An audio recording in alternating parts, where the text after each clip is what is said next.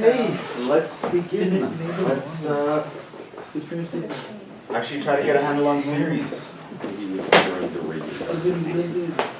So we spoke about series last time. Definition we're using is the sum of the terms of a sequence.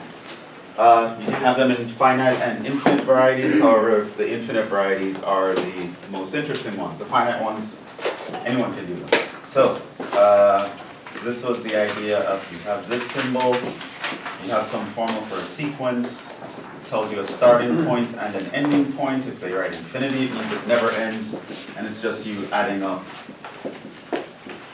these guys going on forever. And we spoke about the idea of the convergence of a series.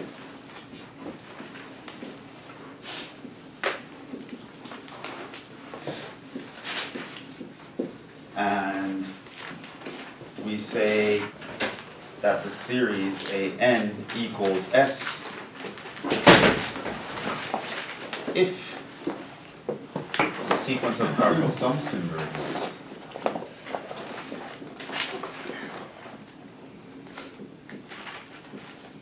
So this just means we add up the first n terms. We define that to be the term of some sequence, and then we look at the limit of that sequence. So basically, that is the idea that if we have, i.e., if we have n goes from 1 to infinity of a little n, we can think of this as just adding up the first n terms, like big N, and then letting that number of terms approach infinity. This is equivalent to saying that. So the idea is,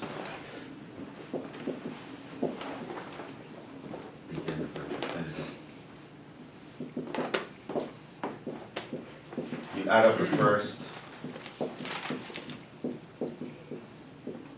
n terms, and this we define to be some number, which we call S sub n, and then we look at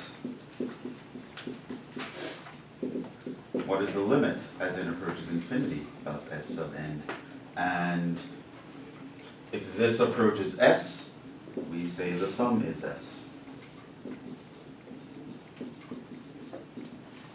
So that was the idea, and we kind of looked at one example. We're going to do many more examples as well. Now,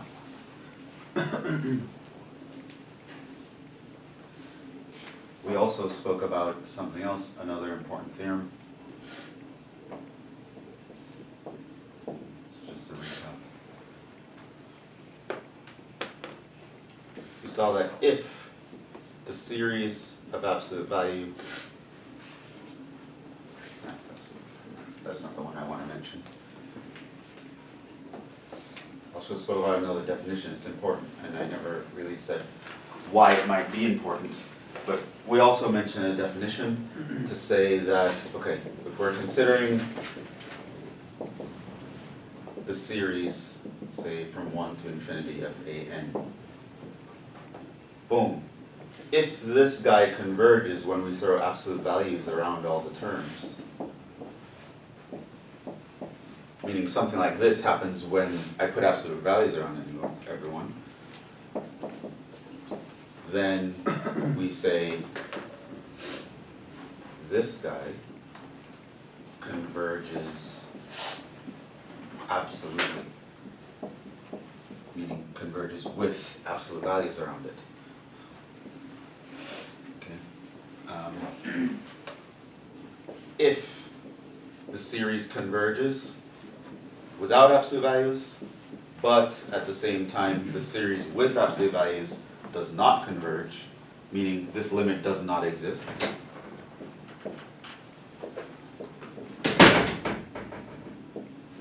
we say the series converges conditionally. Right? It converges on the condition that we don't change the sign. And otherwise, AN diverges is how we phrase it. Which means if I add up the first few terms, and then I track what the values of those terms are with a sequence, and the limit of that sequence does not exist or goes off to infinity, we say it diverges. So sometimes we're going to want to put absolute values around everyone and see, does that new thing converge? And the answer might be yes, the answer might be no. If the answer is yes, we say it converges absolutely. If the answer is no, but if I don't put absolute values it converges, I say it converges conditionally. And in all other cases, we say it diverges. Now, this is important for, well, it's important for many reasons, but why would we in Calculus 2 care about absolute convergence specifically? Is that it will specifically applies to integration. So we're not done with integration yet.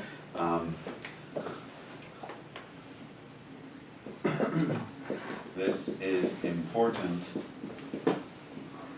because now I'm going to mention something that might sound a little strange at first, but it's actually true. There's something called the Rearrangement Theorem.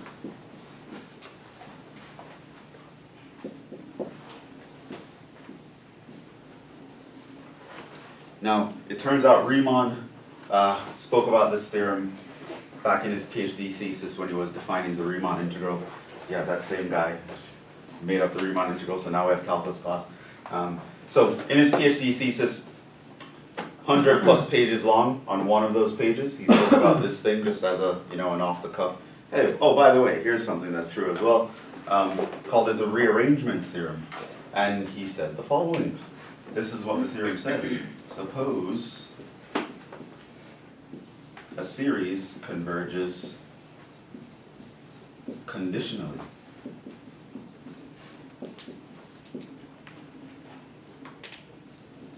Let R be any real number.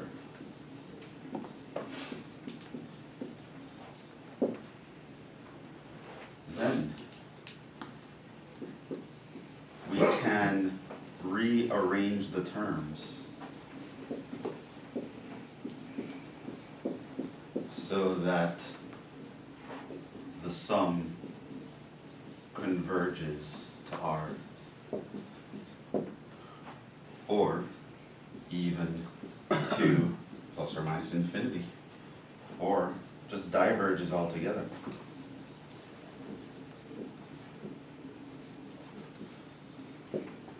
But if this guy converges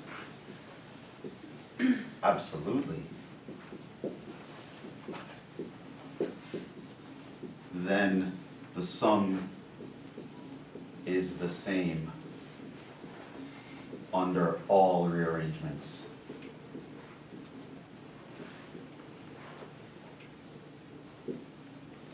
Now, we're used to thinking of addition as being commutative. Doesn't matter what order you add things in. A plus B plus C is the same as B plus A plus C is the same as C plus A plus B, etc., right? Order doesn't matter when you're adding finite sums. It turns out if you're adding up an infinite number of things, you actually changing the order can actually change the answer.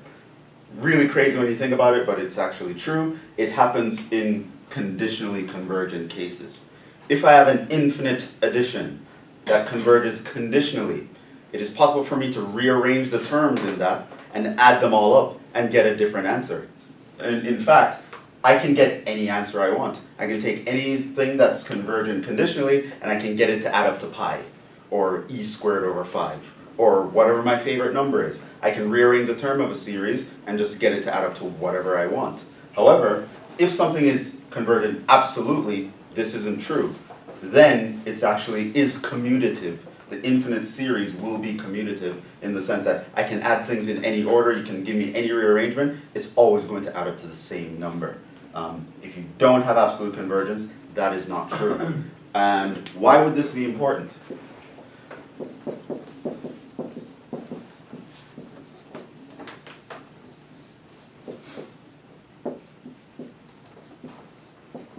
Because of integration. There's going to come a point where some things are just very hard to integrate, so we're going to want to integrate them by writing the functions as series. And so we can define the integral of the function to be the integral of the series. Now, if that series I'm looking at is such a thing that I can rearrange it and change the answer, then my integral is going to change the answer, which means the integral would no longer, I won't have the distribution of integrals across sums property, right? So if I'm looking at this guy, like an integral of a sum, right? So that's just going to be the integral of a1 plus a2 plus da da da, going on forever, right? Then it turns out this is not equal to this plus a2 plus da da da, only if an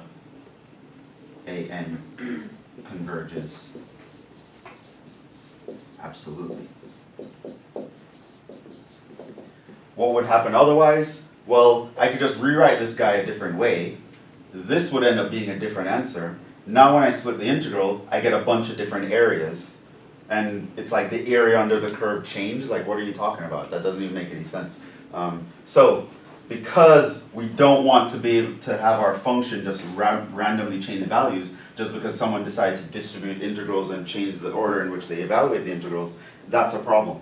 So whenever we want to be able to talk about distributing the integral across a sum, in other words, we want to be able to say, you know what, I can switch the summation and the integral sign and everything will be fine.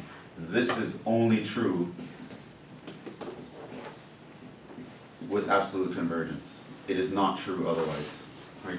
And that's an important thing, to know whether these other computations that I want to do will actually work out. So this is actually a very important distinction. Just because you add up to a number doesn't mean everything is hunky-dory. How you add up to that number actually matters. It depends on what kind of convergence actually occurs. Convergence like this, okay, it's fine if we keep everything as is, but you can't do calculus, you can't do it, you can't mess with anything. Everything has to stay in a certain order, and no one messes with anybody else. Don't put anything out of order, nothing. This guy, once he converges, can do whatever. Integrate all of everybody, differentiate everybody, rearrange all the terms, doesn't matter. That guy is going to stay constant, his value is always going to be the same thing. I won't have to worry about the value of my function changing value in the middle of a calculation, right? So these kinds of convergences are important. What else did we mention last time? So that's what a series, what it converges to, why absolute convergence is important, and okay, that's enough of a recap. But these are just some important ideas that we're going to be talking about. So we are going to look at now finding what a series converges to, or to know if a series converges at all. So, take my word for it, it is muy importante. Very important. Can't even just say it in English.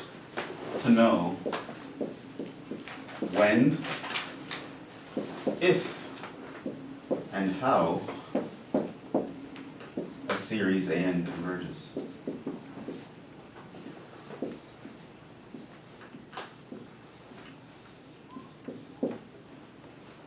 Right? So when means, does it add up to a number or not? Right? And that's what if means, or whatever.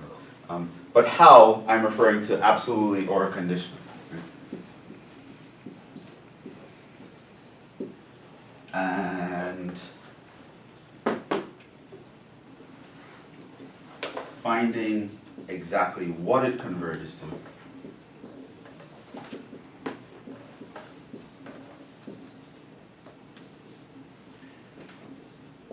Is more difficult. It's worth saying it in all caps because it can be really difficult in general. So to help, we have things that we call the series convergence tests. So these are a bunch of guys that will help us figure out when a series will converge versus when it will diverge, versus when it will converge absolutely. And your textbook deals with this in 11.3 to 11. I want to say like 11 or 10 or something like that. So the next 7 or 8 sections of your textbook is what we're going to be going over. And it's going to be very similar to integrals in the sense that each section deals with a different technique, a different kind of way to look at a series, a different test that you could do. So we're going to go through them one by one. And then of course we're going to talk about putting it all together. You see a random series, how do you know which one of these things to actually try to see? Would this thing add up to an answer, or is it just gibberish, right? And if it does add up to an answer, does it absolutely add up to that answer, or does it conditionally add up to that answer? Because that's also important, right?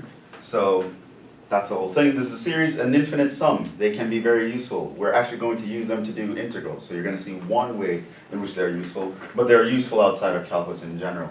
Finding what they convert to, very difficult. Finding if they convert to something, a little bit easier. We can do that in Calc 2. Attacking this question requires a much higher math class. So, that's the setup. Let's actually get some things done. Let's get some of these tests out of the way. I'm going to show you what the tests are, a few examples, and these guys are all summarized in a handout that I have posted on the class webpage, which by the time we get to the end, I'll refer you guys to that handout. And it's titled Common Series Tests or something like that. So there are about 10 or 11 of them that we're going to go through. And yeah, let's get that started. So I'm kind of just going to do them one by one. I'm probably going to even lose track of what section we're in at the time. So we're in 11.3-ish right now. And here's the first one we're going to talk about. So the first one doesn't really fall in line with the others in terms of some nice little looking actionable things. So we're going to call this series test 0.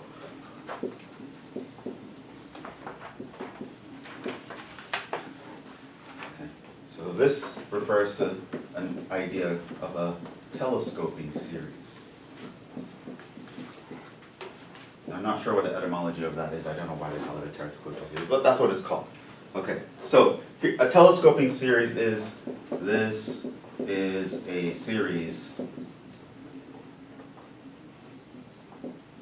whose partial sums have most terms canceling out.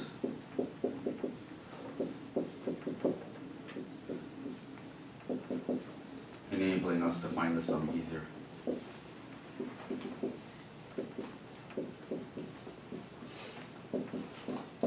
Here's an example of such a sum.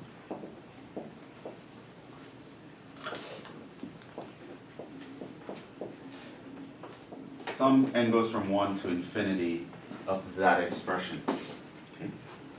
This is actually an example of a telescoping series. Now for telescoping series, we will be able to find exactly what they converge to whenever we see one.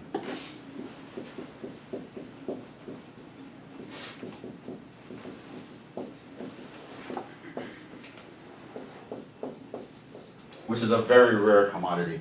Out of the 10 or 11 tests that we're going to be doing, only like 2 of them actually tell you what the answer is going to be specifically. The rest of them just tell you whether an answer exists or not.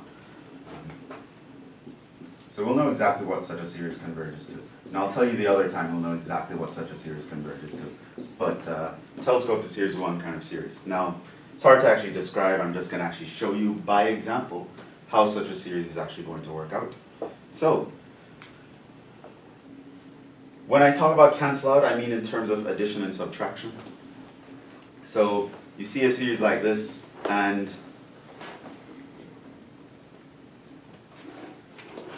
it would be indicated to you that I want you to find the exact answer. And the only other kind of series where we can find the exact answer isn't going to look like this. We're going to talk about that soon. So, if I say, find the exact answer that this series converges to, you're going to know, oh, he expects me to look at this like a telescoping series. So the first thing you're going to want to do is to be able to write this as some sort of subtraction, for example. Any ideas on how we can get that done?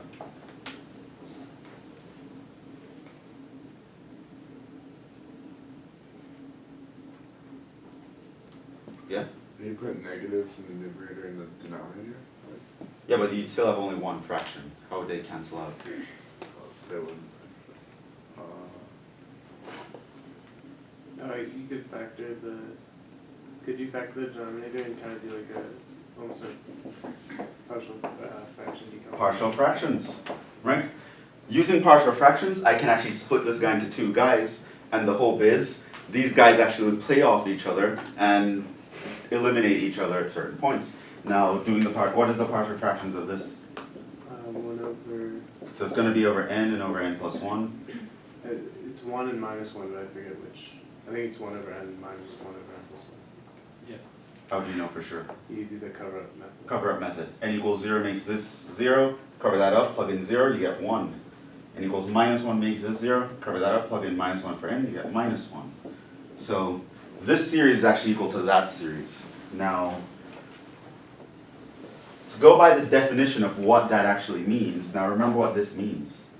This means I'm going to take the limit as n approaches infinity of all the partial sums out of the first big N of these terms, and then find what that approaches as n goes to infinity. So we can go straight by the definition of what it means for that sum to have an answer.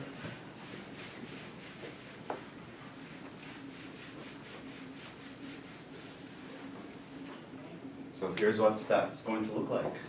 So I'm going to have the limit as n approaches infinity. So now with these telescoping sums, what you're going to do is you're going to just write out a bunch of terms, and the goal is you write out enough terms until you see some sort of pattern kick in. And of course, we're going to start from the beginning, go all the way to the end. So we're going to plug in n equals 1, then n equals 2, then n equals 3, then n equals 4, and keep going, and then plug in the last few terms and see what happens. Now if I plug in n equals 1, what happens? You get 1 minus 1. I would get 1 minus a half, right? So that's when n equals 1. And plug in n equals 2, Plus 1 half. right? You get plus 1 half minus 1/3. Then you do n equals 3. So all the middles cancel. Right, so you have plus 1/3 minus a fourth. You can already sort of see a pattern happening, right? So you just do it long enough till you see some sort of pattern. You know exactly who's going to die, who's going to stay alive, and then you just go like plus dot dot dot. Now you go and you look for the last few terms. So let's say dot dot dot dot dot dot. Okay. So now let's say we're at 2 steps from the last term. So this is my n equals big N minus 2. Then I'm going to have my n equals big N minus 1. Then finally the last term is going to where my n equals big N. Right? So if my little n equals n minus 2, this is 1 over big N minus 2 minus 1 over big N minus 1 plus this is going to be 1 over big N minus 1 minus 1 over big N plus this is going to be 1 over n minus 1 over n plus 1. Now we start to see what's happening to the first few guys and the last few guys. Well, the halves are going to die, the thirds are going to die. This guy's going to cancel out with the very next guy here, right? There would have been a 1/4 here. Down here, these guys die, these guys die. This guy would have been killed by the last guy over here, right? And so what I can see is everybody cancels out except this guy and that guy, right? So that is a distinguishing property of a telescoping sum. If you actually write out the partial sums, most of them will kill each other. And so essentially, finding what this adds up to comes down to actually finding this limit. And what's that limit? 1. 1. That's the answer. This actually converges to 1.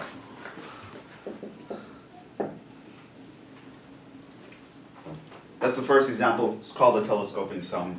It's one of 2 situations in which we were able to actually find the exact answer. So a hint for when you'd actually need this, I'll specifically say, hey, hint, consider this as a telescoping sum. Or I'll say something like, find what this guy converges to. And then you know it's probably going to be a telescoping sum because the only other possibility is something that's not going to look like that. And I'll tell you what that thing is when we get to it. Would this converge just conditionally, right? You do have some values, so So this actually converges absolutely. How do you know? Well, if I were to put absolute values around this, would it actually change anything? No, because this expression here, 1 over n squared plus n, is always positive. Right? If I were to actually write out these terms, plug in n equals 1, it's a half. Plug in n equals 2, that's going to be 1/6. Plug in n equals 3, that's going to be 1 over 12. Plus, all the terms are positive. So if I put absolute values around each of these terms, it's not going to make a difference. So this actually converges absolutely. But yeah, it's good that you're thinking about that. It converges absolutely.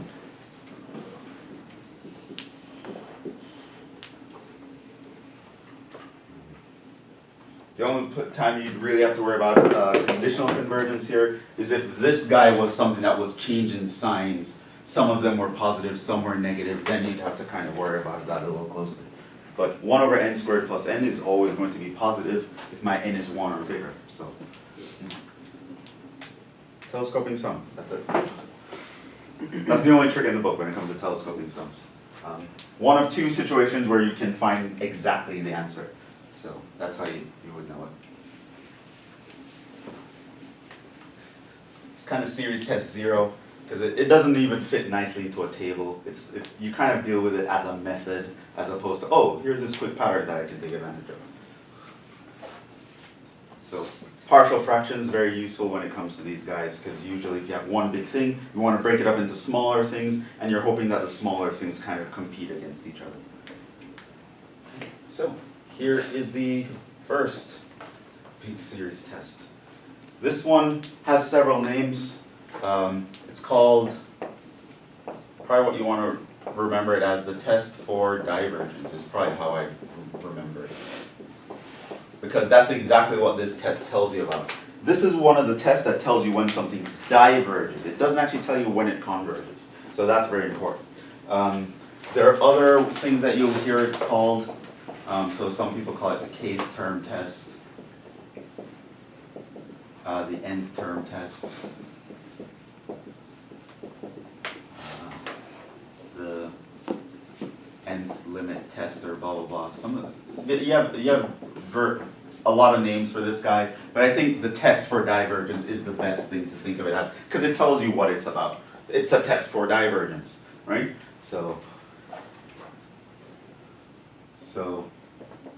this test is pretty much a theorem.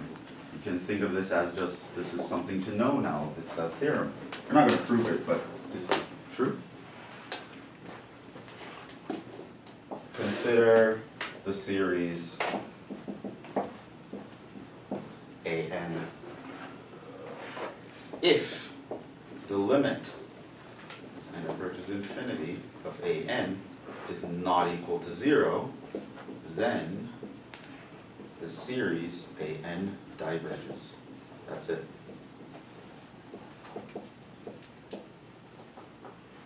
That's the test, right? Now, when it comes to tests in general, this is going to be one of the easiest ones to actually see. In theory, by now you guys would be very good at taking limits. You've been doing it a lot in Calc 1, here. So this is among the easiest tests to apply.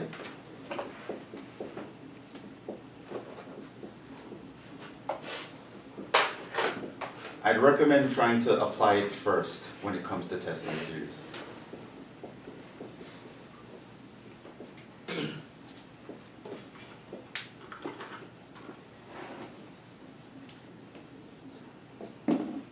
So it's just like when you were doing limits, considering convergence. So just like when you're doing limits, you see a random limit, what's the first thing you try to do? Try to plug in the number, right? X approaches 2, just plug in x equals 2. It's one of the first things you try, may or may not work out, but it's worth trying because it's easy to pull off. If it works out, you're good. If it doesn't work out, then yeah, you have to try something else. But it's a quick thing to check for when considering convergence. So if I give you a random series, I don't indicate to you that it's going to have an answer that you can find specifically or anything like that. The first thing you're going to want to do is check, does it actually diverge? Is it possible that this just doesn't have an answer at all? An easy way to know that is by doing this test. So for example, I can say, ask you, does the series n goes from 1 to infinity of 2 plus 3n minus n squared over 4 plus 5n plus 3n squared converge? Like I can ask you that, right? Now at first, it looks like a very complicated situation. Do I have to do partial fractions here? Like what's going on? But if you start thinking like that, you're thinking too hard. I see a random series. The first thing you're going to want to do is you're going to want to check the limit. If you look at this guy here and think of that as your an, then you'll notice that the limit of an, well that's just the limit 2 plus 3n minus n squared over 4 plus 5n plus 3n squared. What's that limit? Minus 1/3. Minus a third. Now, in particular, it's not 0, and that's bad. Basically what this means, if you were to graph the points on this series, right? I don't know what they're looking like, but eventually, way out at infinity, what's happening is that all the terms start settling around minus a third. Right? So eventually it gets to a point where all the dots get super close to that, and then they stay super close to that. And so now you end up in a situation where it's like, it just keeps adding minus a third to itself over and over and over again. Like what do you expect to happen? It's going to diverge to negative infinity, right? So this guy is just going to go off to negative infinity. There just comes a point where I'm just repeatedly subtracting a third, right? That's not going to settle, right? So the idea is you want a series to be such that eventually, far out in infinity, it's like it's adding nothing, it's adding zeros, right? So that means that the sum is going to like stop at some point. It won't be able to build up anymore. So once your limit is not 0, it means that you're going to have a residual buildup that just you can't stop. So yeah, you look at that, it would be quick for you to say, that's going to diverge, and just by checking the limit, you will know that. Now, there is a warning here, because like I said, it is the test for divergence, and it's called the test for divergence for a reason. So,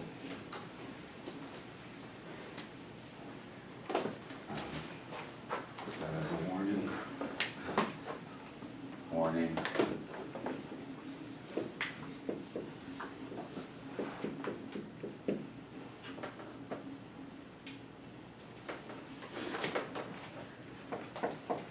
This test does not talk about about convergence. Right?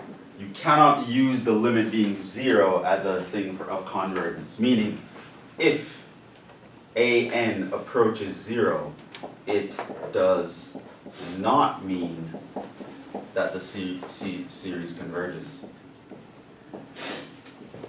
Right?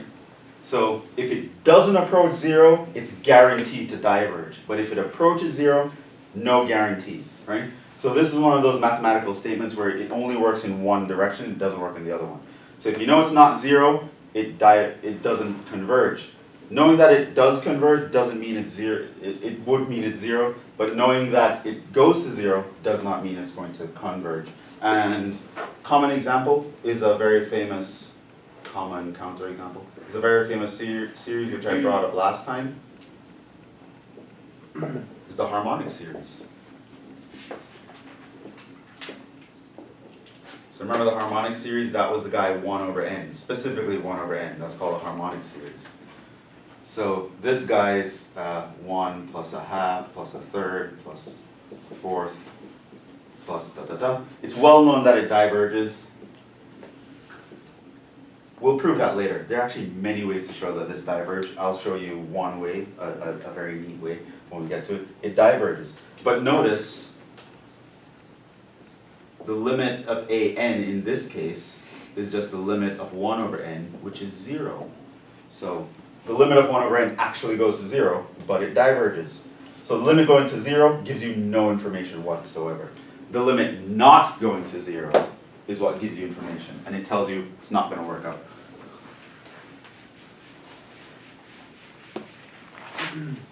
And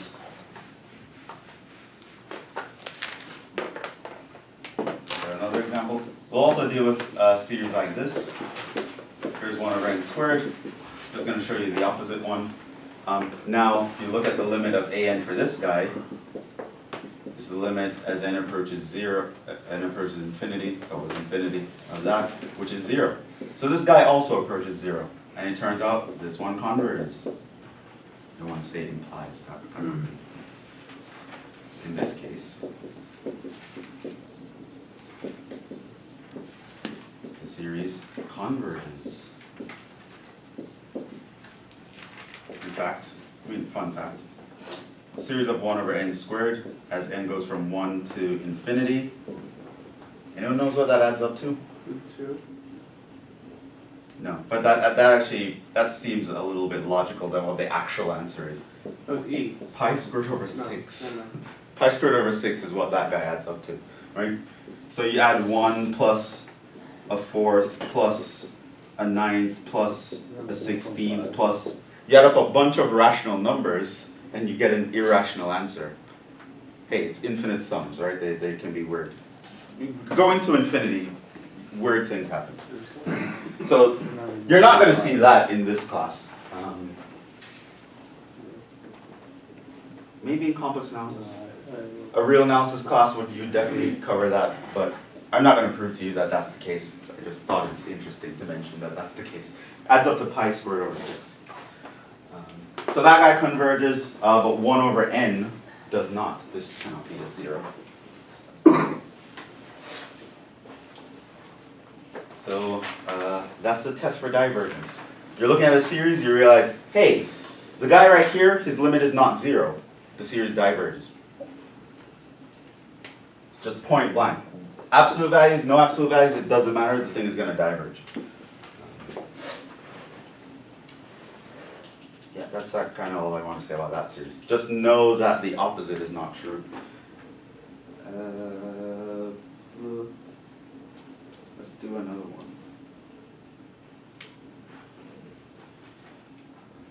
Add another example. Do we need another example? This is also the case if the limit does not exist, just so you know. So if I ask you, what is the series of sine squared of n? Does that converge to something? You'd immediately be able to say it diverges. Because if you look at the limit of sine squared n, as n approaches infinity, this does not exist. Why? Because sine squared just bounces up and down, doesn't settle anywhere. Or if I were to ask you, what about this series, minus 1 to the n? Does that converge? No, it doesn't. It diverges. Because if you take the limit of minus 1 to the n, that limit does not exist. We saw that last time. Again, because it bounces between plus and minus 1. So that will diverge. So once you can just look at the limit and realize that it does not exist, or it gives you a non-zero answer, it diverges. Can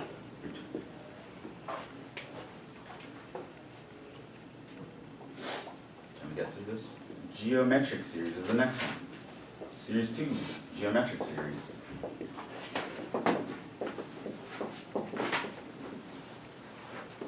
It's called the geometric series test, is what I'm going to tell you about.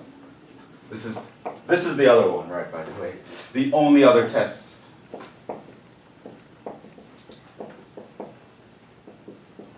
That says exactly what a series adds up to.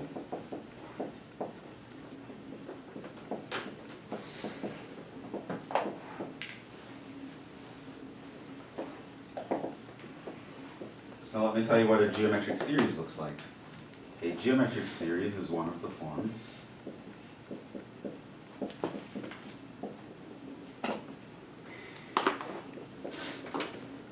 it's when the terms are a geometric sequence, which you saw in high school. So it's actually going to look like a times r to the n and in this case it's when n goes from 0 to infinity. Or equivalently, start your n at 1, and it's a times r to the n minus 1. This is called a geometric series. Here, a and r are non-zero constants.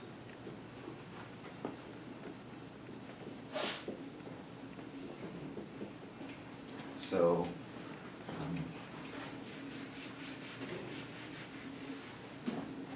for example, there was a guy that we saw last time, the series of 1 over 2 to the n. This is geometric because I can write it as 1 times 1/2 raised to the n. Here my a is 1, my r is 1/2. Right? Or I can have something that looks like series of 3 times 2 to the n. Right? And it goes from 1 to infinity. That's a geometric series. Or I can have a series of radical 2 over pi to the n plus 1. That is also a geometric series because I can actually factor off a radical 2 over pi, and I'd be left over with 1 over pi to the n. So here my a is radical 2 over pi, and my r is 1 over pi. So you can have a bunch of series that will have a certain form. When it has this form specifically, a constant times some other constant raised to the variable power, a linear variable power, we call that a geometric series. And it turns out that we know exactly what these guys add up to. Theorem.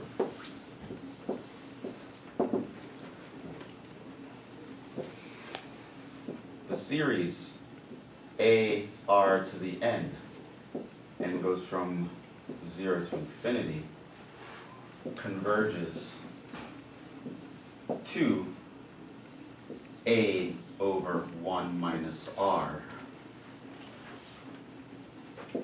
if and only if, right? Which means these two go hand in hand. It's definitely going to happen. It's going to converge to this in this particular case. The absolute value of r is less than 1. Right? If r has a magnitude smaller than 1, that means that it will actually converge. In fact, it converges absolutely.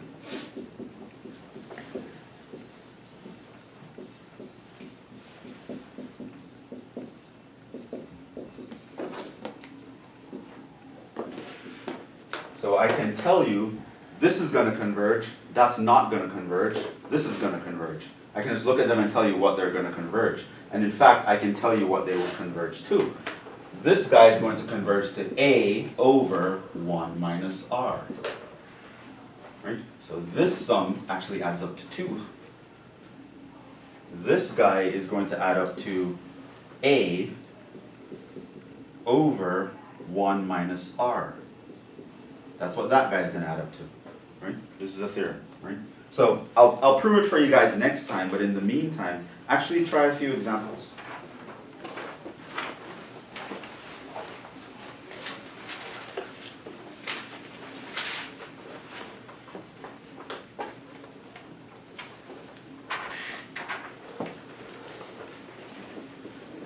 Determine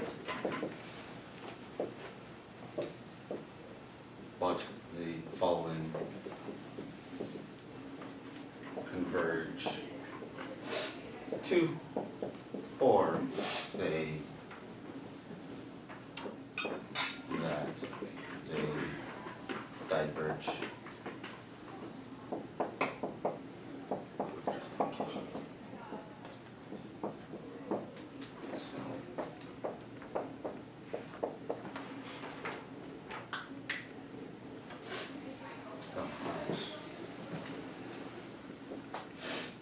Stole it here. One of those were already in this example. Say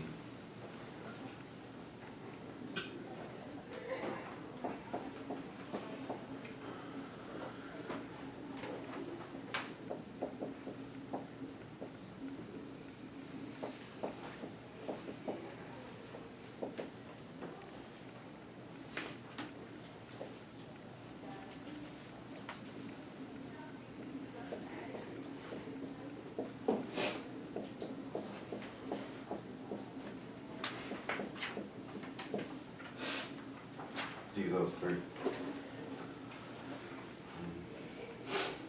We'll prove next time. It's actually not that hard to see it. In fact, the proof has a very similar trick to back when in Calc 1 when you were proving about Riemann sums that the sum of the first n terms is n times n plus 1 over 2. Remember when you guys did that?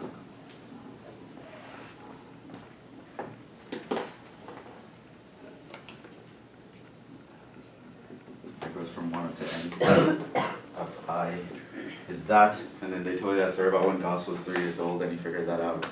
And right, so a similar trick to that proved that is going to prove this. It's not going to be that bad. But in the meantime, try to actually do those guys.